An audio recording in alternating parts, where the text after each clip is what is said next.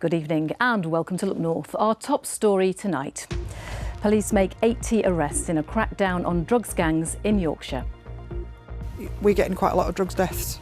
Tablets are being said to be some of the cause of some of those deaths. And I also think that a lot of these drugs are used as a cutting agent. We'll look at how some schools are trying to educate young children about the dangers.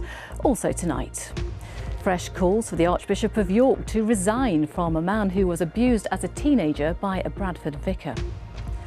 The first flight to touch down at Doncaster Sheffield Airport marks a major milestone 2 years since it closed. And a 3-day film festival dedicated to cat videos comes to Sheffield. We'll have all the highlights. And we've got some stormy weather on the way this weekend thanks to Storm Dara, with warnings for strong winds and heavy rain in places too. I'll be back at the end of the programme with all the details.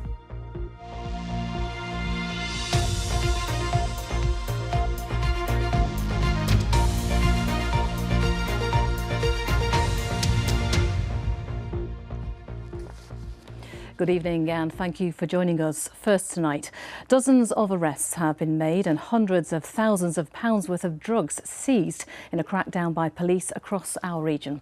It's part of a nationwide operation on so-called county lines gangs who exploit vulnerable people and move drugs around the country.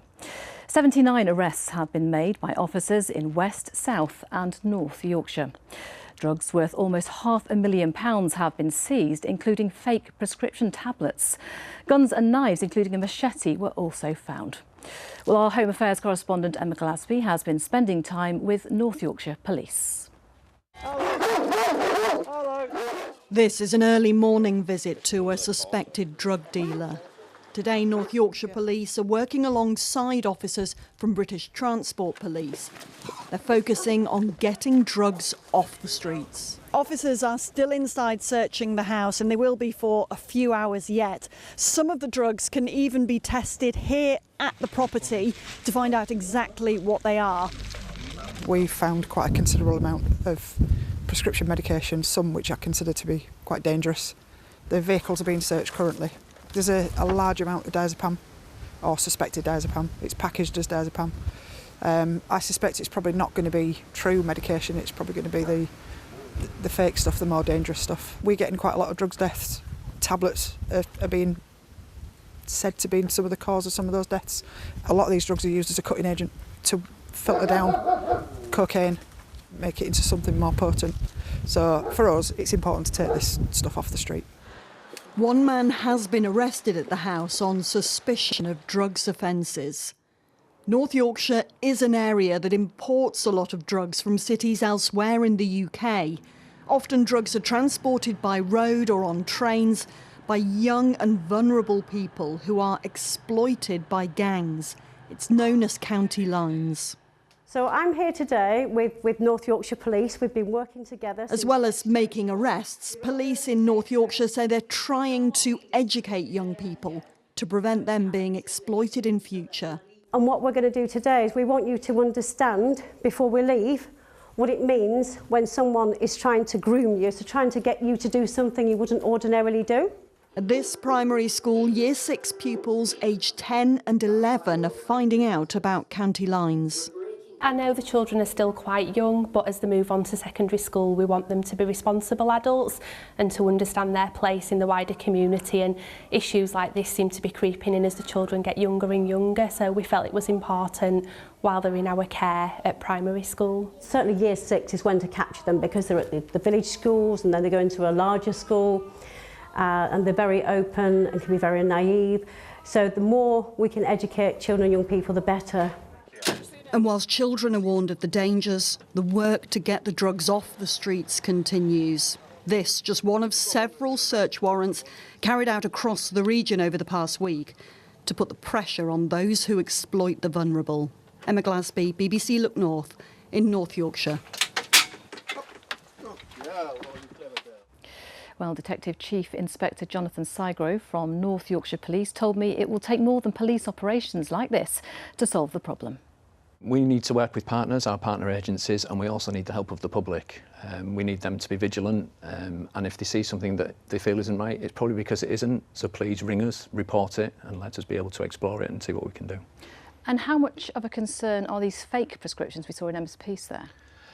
They are a concern. It is getting more prevalent, that we see more day to day. It's because drugs can be bought over the internet and imported in, but it's something that we're all aware of, and there's operations in place to try and tackle that.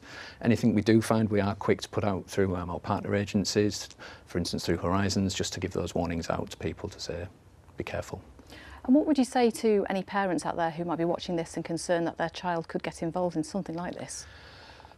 Just be vigilant with your children, explain to them the dangers, and just watch out for anything if they start hanging around with some new friends that they don't know, maybe from out of area, if they start getting more money or you don't know where the money's coming from, start to decline at school, change in attitude. It's just something to be aware of, and just to sort of speak to your children and see what you can do. Great advice. Thanks very much for your time this evening. Thank you. Next tonight, a former priest who was raped as a teenager by a vicar in Bradford has called for the Archbishop of York to resign. Matthew Einson, who was abused in the 1980s, is unhappy with the response from Stephen Cottrell and the former Bishop of Beverley, Glyn Webster, to safeguarding issues raised by his case. Stephen Cottrell was not in post at the time of Matthew's abuse or when he reported the abuse. In an email response this week, Glyn Webster described Matthew's campaigning as a witch hunt. Well, Abby Jayola is here for us now with the details. Abby. Matthew Einson was 16 when he was abused by Trevor Devamanikam, a priest at St Aidan's Church in Bradford. Matthew eventually entered the clergy himself, and it was only years later that he disclosed his abuse. He says the church failed to take any action, so he reported the abuse to police. Trevor Devamanikam was charged with 6 sex offences but killed himself in June 2017 before he appeared in court. Matthew stepped away from the church and has waived his right to anonymity to be able to tell his story. For all victims to disclose their abuses takes tremendous courage and affects their lives throughout their life. To then sort of be ignored, not believed, not trusted, or just pushed to one side only adds to that abuse. And when it goes on for years, as in the case of with the church, it really can be damaging to people's lives, and I know it's changed mine irreparably. After Trevor Devamanikam's death, the Church of England held a lessons learnt review to look at how Matthew's claims had been handled.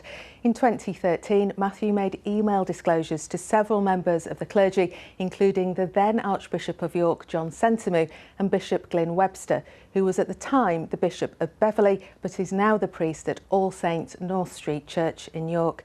The church's own review concluded that they had failed to act on this disclosure. Lord John Sentamu was later asked to step down after he rejected the findings of the review, and in 2023 he was removed from ministry. Matthew says he's never had an apology from John Sentamu for the abuse he suffered, but the current Archbishop of York has apologised. In October of this year, Stephen Cottrell co-authored a letter with the outgoing Archbishop of Canterbury, Justin Welby, to the Bishop of Newcastle, asking her to consider allowing John Sentamu to be reinstated as a minister, giving him the right to officiate in religious ceremonies. After this attempt to bring Lord John Sentamu back into the church, Matthew is calling for Archbishop Cottrell to step down. He needs to go. He hasn't taken action.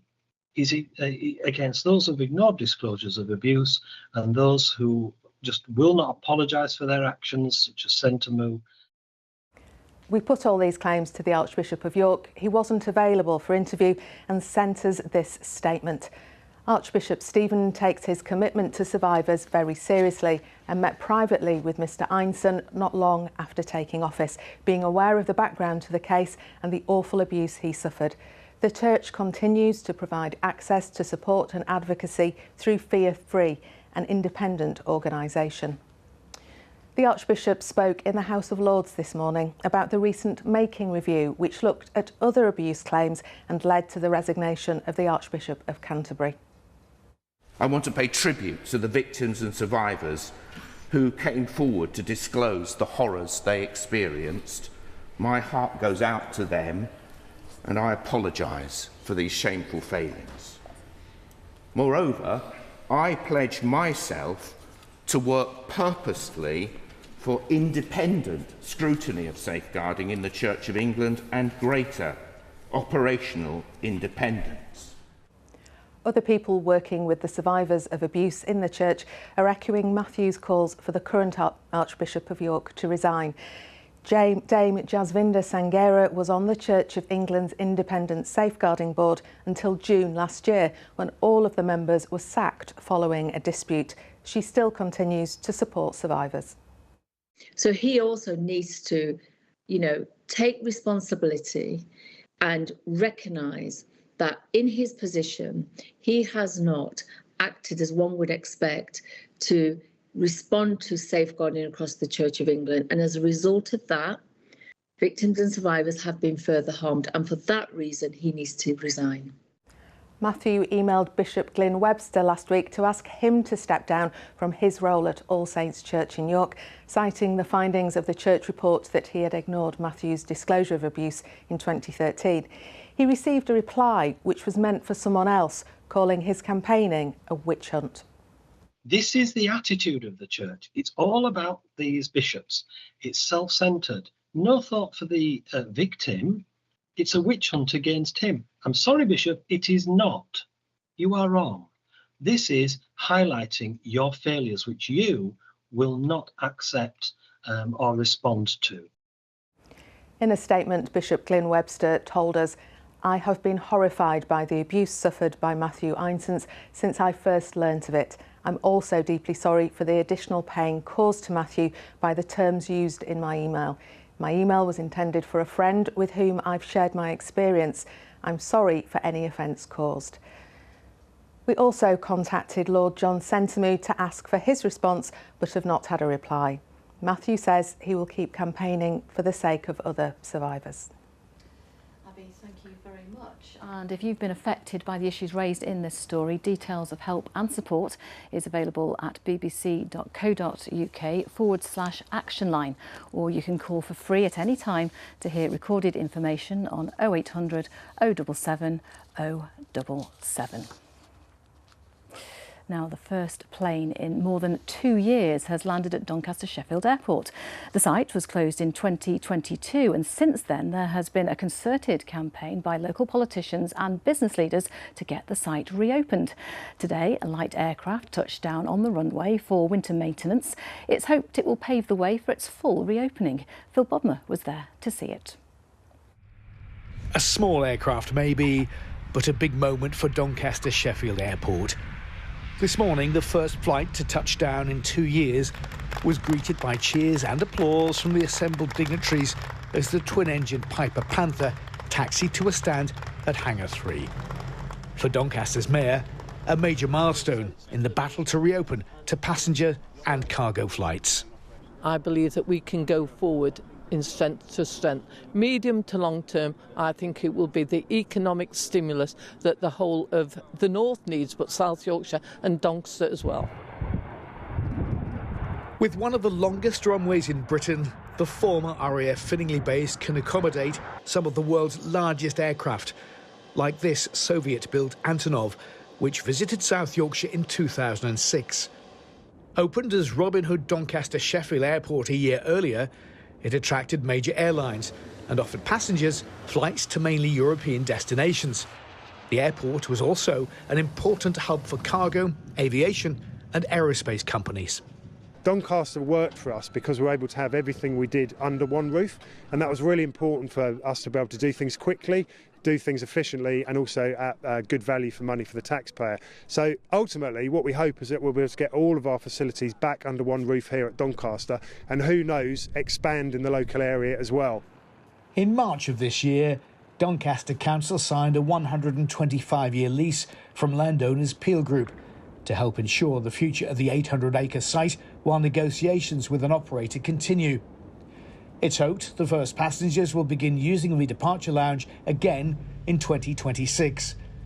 For those behind the bid, the first landing in 2 years suggests their ambition to reopen is no flight of fancy. Phil Bodmer, BBC Look North, Doncaster Sheffield Airport. Some more news from around the region now, and strong winds have caused disruption today, which will continue to affect events across the region this weekend. All day there's been disruption on the railways after a tree was brought down by strong winds. Christmas markets in Leeds and York will be shut tomorrow, while Malton's has been cancelled. A prison officer, inmates and their relatives have been jailed for more than 25 years for drug smuggling and money laundering in Lindholm Prison in Doncaster. 10 defendants were sentenced earlier for smuggling drugs, mobile phones and other banned items into the jail between 2018 and 2019. Prison officer Victoria Sked was first discovered to have cannabis in her bag.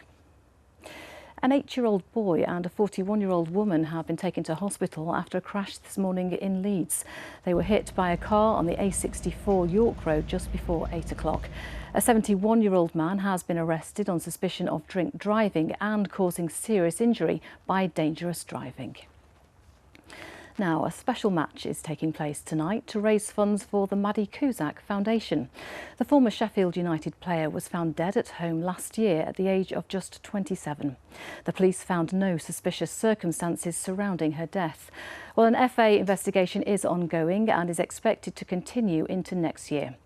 Paul Ogden is at Pontefract Colliery's football club for us tonight. And Paul, the Maddie Cusack Foundation hopes to create something helpful for future young footballers, doesn't it?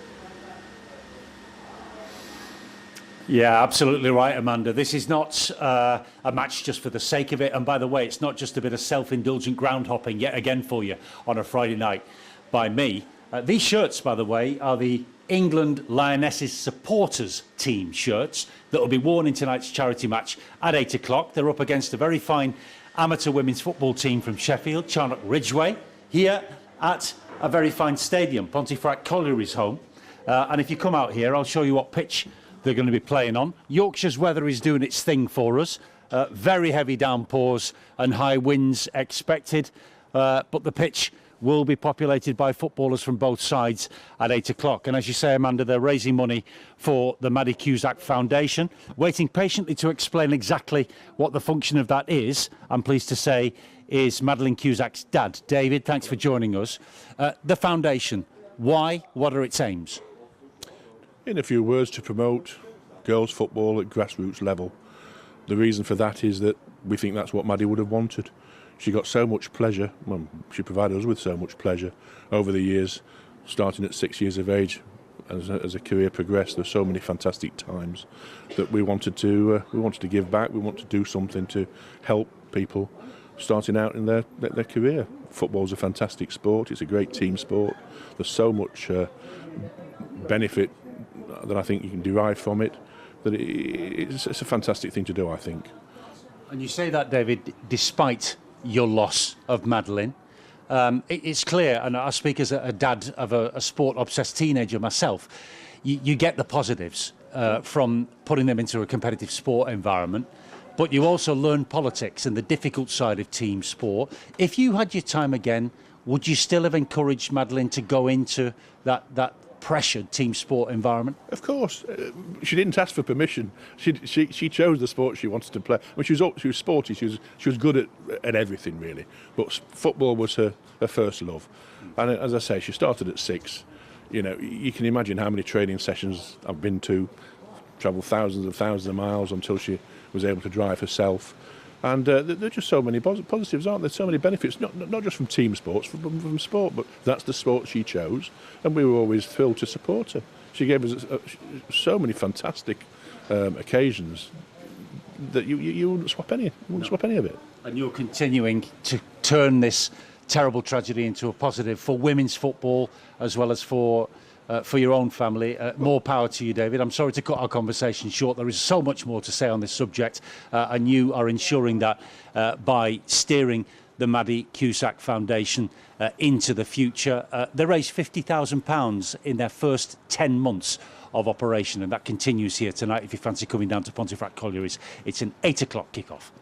Wow, that's incredible. Thank you very much, Paul.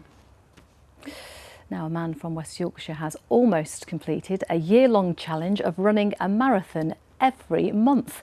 Andy Hobson struggled with his mental health last year, so he decided to challenge himself throughout 2024.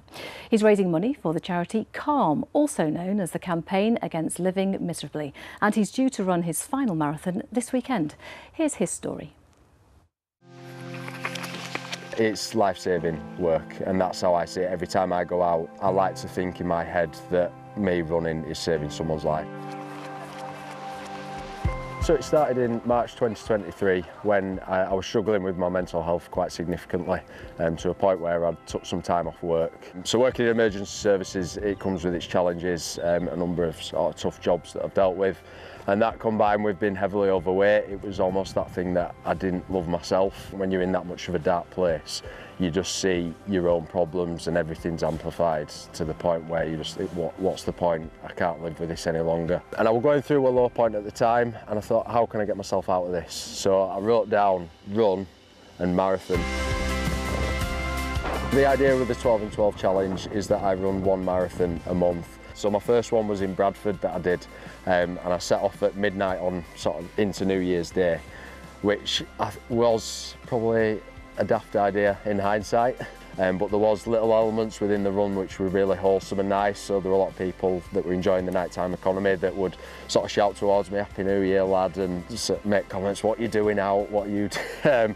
So that was really nice. I think that lifted me through the difficult parts when I needed it, to be fair. So it's to raise money for Campaign Against Living Miserably, which is a mental health charity that's been going since 2005. It's vital, it's life-saving. It's simple as that, really, for me. Even doing this, for me, is uncomfortable, but I like that because it brings back to a time where I felt really uncomfortable about talking about my struggles. But I understand now the importance of just having that conversation, because it is a problem shared is a problem halved, in my view. Absolutely an amazing effort there, Andy. Now, as long as we've had the internet, we've had a seemingly endless supply of videos of cats. Last year, there were 500 billion views worldwide on TikTok alone. Well, tonight, some of the best feline films are being shown at the Cat Vid Fest in Sheffield. Catty Minton is there for us now. Meow, Catty. Kathy. Meow, poor Manda. Yes, we're here at the inaugural Cat Vid Fest in Sheffield. This cinema is taking on the internet at its own game, getting 75 minutes of hilarious feline antics on the big screen all weekend. It's very exciting. This idea is, of course, from America. Where else? Where they've been doing it since 2019, raising hundreds of thousands of pounds for cat charities in the process. Well, the film's going on right now, and from the Showroom Cinema, it's Isabel. Isabel, Cat Vid Fest, why? Well, why not? I mean, we love cats and we love cinema, and you know, people spend a lot of time watching these videos at home, but this is a really unique opportunity, and as an independent cinema, it's really important to us to do special, unique things, and being the premiere of 2024's Cat Video Fest seemed like a very good fit for us, and we like doing something that is for everyone. And absolutely, you've got it spot on. I think it's absolutely fantastic, and this film is happening right now. We caught up with a few cat fans on their way into the cinema. They're just heartwarming, make you laugh. You actually don't realise what comical things cats do. At my desk at work, actually, it's sort of cat tat. I have a shelf of cat figurines. They're on the computer. Yeah, I'm a crazy cat lady. They're just little strange little people that live in your house, and you never know what they're going to do, and they keep you on your toes. And all of this cat fun is for a good cause. The Sheffield Cat Shelter has over 30 cats in it at the moment, and a waiting list of over 60 waiting to get in. So how much will this... Hello, Travis. How much of this will help cats in that shelter, Rebecca? It will make a massive, massive difference. The money raised will obviously make a great difference to the cats that we're going to help over the winter time. And then the awareness that it's going to raise for cat rescues as well is just great. And you've got a lot of cats cats in the shelter at the moment, haven't you? What can people do if they want to take one? To be honest, just go to our website. They can find everything they need on there. It's sheffieldcats.org. They'll be able to find everything they need for adoption. Lovely. Thank you, Rebecca. Thank you, Travis. There are still a few tickets left for this. It's going on all weekend, so you might be able to get your paws on some if you want. Maybe you could bring Gary, Keely. Oh, wonderful. We love a pun on regional news, don't we? If it was all about dogs, I'd have been in my element, but cats, that's more your area, isn't it? Yeah, I mean, if I took Gary, then Tony would be very upset, so what would I do? Gary and Tony, wonderful. Now, let's get serious, shall we? Yes. It's awful weather. Very wet and windy last night. I certainly got caught out on the roads. How's it looking this weekend? Yeah, so Storm Dara is going to affect us, bringing strong winds, heavy rain this week. And now other parts of the UK have more serious warnings. They've got red and amber. We've got yellow warnings, a yellow warning for strong winds and a smaller yellow warning for heavy rain across parts of North Yorkshire. We're looking at the peak of the winds probably being Saturday afternoon, overnight into Sunday. Gales or severe gales, so disruption is possible. I'll have more details on that in a moment, but these are the kind of pictures that we woke up to this morning. Red sky in the morning. Shepherd's warning really will ring true. And the second picture just shows how pleasant it's been today, the calm before the storm here in Whitby. Keep your pictures coming in. Obviously, only do it safely this weekend. To the BBC Weather Watchers page, we're on social media too, Keely.Donovan on Instagram. So yes, Storm Dara is going to bring stormy weather through the weekend with warnings for strong winds and some heavy rain in places as well. And on the pressure chart, you can see the storm system moving eastwards. It's the winds on the northern flank, those tightly packed isobars, which will bring gales or severe gales in places, particularly, I think, for the coast. And then things settle down into next week. We've got some settled weather to come, but still quite windy, particularly for the coast on Sunday. It's been dry through the day, but we have started to see rain edging in from the west. So through this evening, rain spreading eastwards. There could be some heavy spells of rain for a time. It'll turn more showery overnight, a blustery all night, gusty winds, potentially gales for the coast, and temperatures dropping back to around 5 or 6 degrees. A quick look at those high water times then, crucial because there could be some coastal overtopping, particularly the evening tide times, but in the morning just before 8 o'clock and just after 8 o'clock there in Whitby and Scarborough, because there will be a bit of a lull in the winds, I think, first thing tomorrow morning, and then they'll strengthen again through the day. So wind gusts could reach between 50 and 60 miles an hour quite widely, possibly stronger than that along the coast, and we'll have further spells of rain moving in from the west. That rain could be heavy, particularly for the North York moors, and temperatures fairly academic because the wind's coming down from the north or northwest, 7 or 8 degrees. Still very windy, particularly for the coast on Sunday, but things settling down and a much quieter week. You'll be pleased to know next week. Amanda. Oh, yes, please. And I'm guessing the cats will be hibernating this evening. Oh, they'll be safely inside, yes. Yes, and there's no way my little rescue dog will be going out in that wind. No chance.